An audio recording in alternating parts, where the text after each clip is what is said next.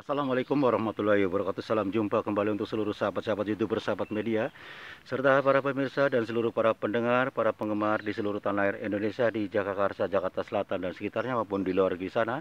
Semoga senantiasa kita tetap dalam lindungan Allah Subhanahu wa taala.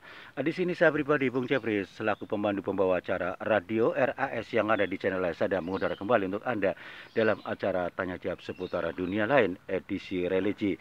Masih melanjutkan berhubungan dengan berkah ya. Yang berkah itu sudah saya sampaikan melalui scene pertama, yang kedua yaitu membicarakan tentang masalah hadis. Ini sekarang yang selanjutnya saya buat scene satu hingga sampai nanti scene selanjutnya yaitu tentang masalah hukum berkah ya. Nanti sampai sejauh mana andai kata saya dalam perjalanan mengkaji persoalan hukum yang tentang hukum berkah, apabila tiba-tiba berhenti, nanti seperti biasanya saya akan melanjutkan untuk scene berikutnya seperti itu ya. Kembali kepada saudara Fikri yang ada di negara Malaysia. Beliau menyampaikan melalui atensinya di studio kami Radio RS yang ada.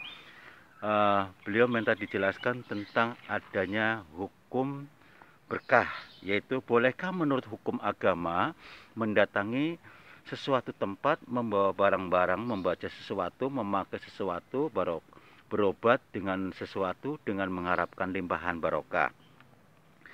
Terima kasih untuk saudara Fikri yang ada di negara Malaysia atas bergabungnya Anda bersama Radio RS yang ada di channel Sadam, baik termasuk seluruh para pendengar, para penggemar yang selalu setia mengikuti kajian ini. Mudah-mudahan siapapun dia, Allah akan memberi kemudahan segala hajatnya dan selalu dalam lindungan Allah Subhanahu wa taala bersama keluarga, dan pahala akan didapat ya, tidak akan pernah rugi.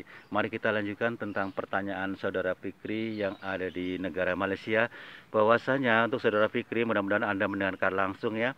Di dalam istilah syariat Islam terdapat perkataan tabaruk, yaitu mencari berkah atau meminta berkah. Misalnya, bolehkah orang Islam menurut hukum agama mendatangi suatu tempat, membawa sesuatu barang, membaca sesuatu ayat Al-Quran, memakai suatu pakaian yang dianggap suci, berobat dengan suatu barang dengan mengharapkan berkahnya.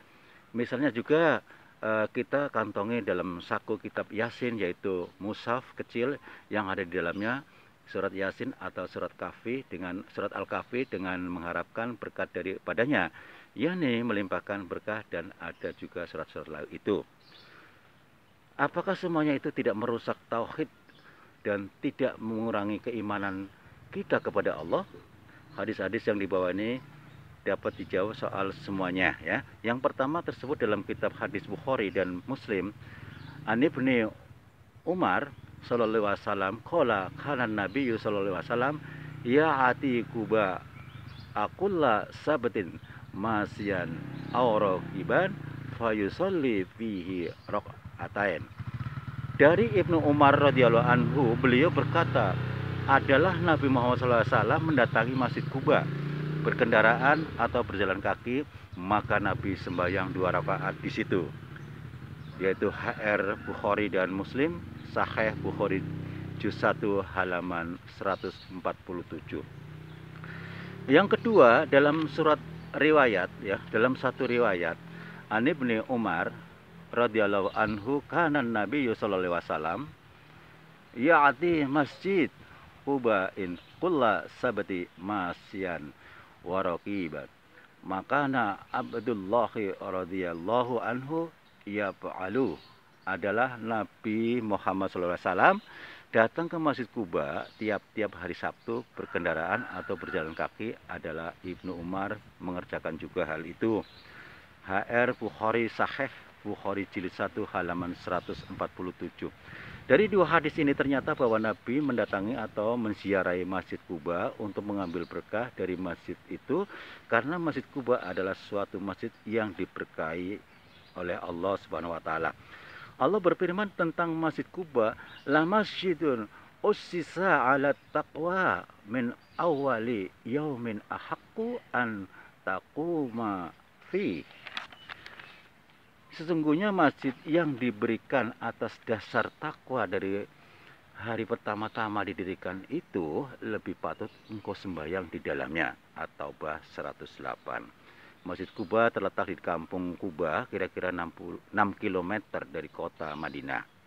Dan setiap hari Sabtu Nabi Muhammad SAW datang ke situ bersembahyang sunnah 2 rakaat di masjid itu. Sebenarnya Nabi dapat saja sembahyang di Masjid Madinah, tetapi karena beliau hendak mencari berkah dari Masjid Kuba, beliau datang juga ke situ. Jangan disalahpahamkan bahwa Nabi mencari berkah ke Masjid Kuba bukanlah meminta berkah dari Masjid Kuba, tetapi pada hakikatnya meminta kepada Allah supaya berkah telah diberikan kepada Masjid Kuba dilimpahkan kepada beliau. Hampir seluruh orang haji yang datang ke Madinah sekarang pada abad ke-14 Hijriah ini memerlukan juga datang ke Masjid Kuba untuk mengambil berkah daripadanya.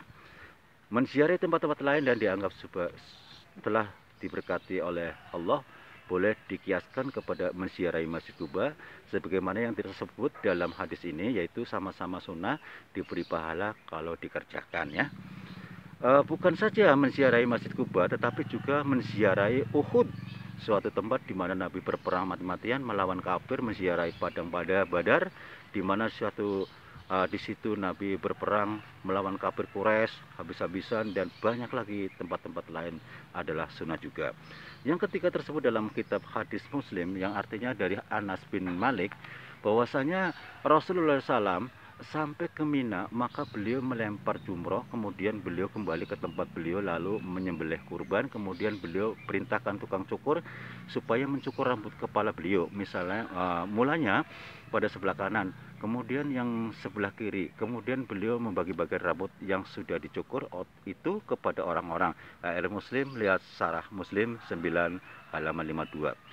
Yang keempat yaitu dalam hadis Muslim juga dapat yang sama artinya dengan hadis ini dan lebih terperinci tersebut sebagai berikut: lil halaq hawa asyara biyadihi ilal jannibil ayman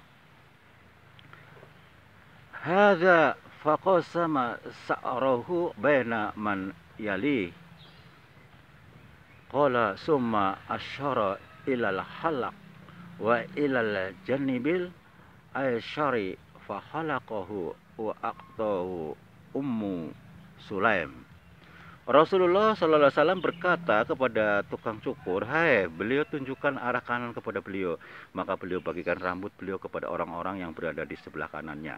Kemudian beliau tunjuk lagi yang arah sebelah kiri, maka beliau berikan potongan rambut kepada Sulaim.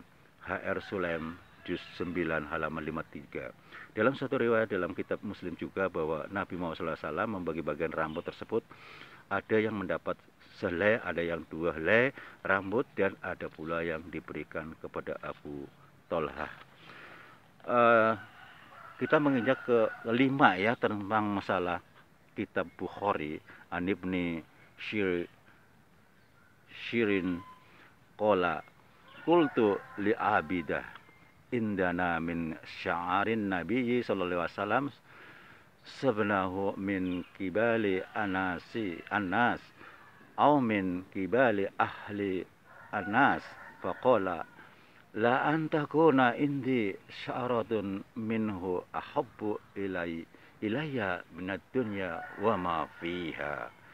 Dari Ibnu Siri atau tabi'in, beliau berkata, saya beritahukan kepada Abidah juga tabi'in bahwa pada saya ada tersimpan rambut Nabi Muhammad SAW yang saya dapat dari Anas, seperti itu ya, atau dari famili Anas. Maka Abidah berkata, wah, kalau ada pada saya sehelai rambut dari rambut Nabi, lebih senang bagi saya dari isi dunia ini seluruhnya.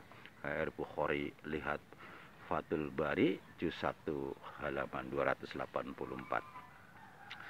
Nampaklah dalam hadis-hadis ini hanya sahabat-sahabat Nabi dan tabi'in pada waktu itu berebut-rebut ingin menyimpan rambut Nabi Muhammad SAW. Di dalam kitab Syifa dikatakan bahwa Jenderal Khalid bin Walid, sahabat Nabi, selalu menyimpan rambut Nabi dalam kantong bajunya kemana saja dan di mana saja beliau berperang, dianugerahi kemenangan oleh Allah berkat yang ada pada rambut Nabi itu. Sepanjang sejarah pada waktu peperangan Yamah, baju Jenderal Khalid bin Walid jatuh di tengah-tengah orang kafir. Dengan tidak memperdulikan maut, beliau menyerbu ya ke tengah-tengah orang kafir dengan memukul kiri kanan dan akhirnya mengambil baju yang jatuh ini. Sahabat-sahabat yang lain berpendapat bahwa cara yang begitu sangat terlalu gegabah, karena untuk keperluan keperluan sehelai baju akan mempertaruhkan jiwa di tengah-tengah kaum kafir.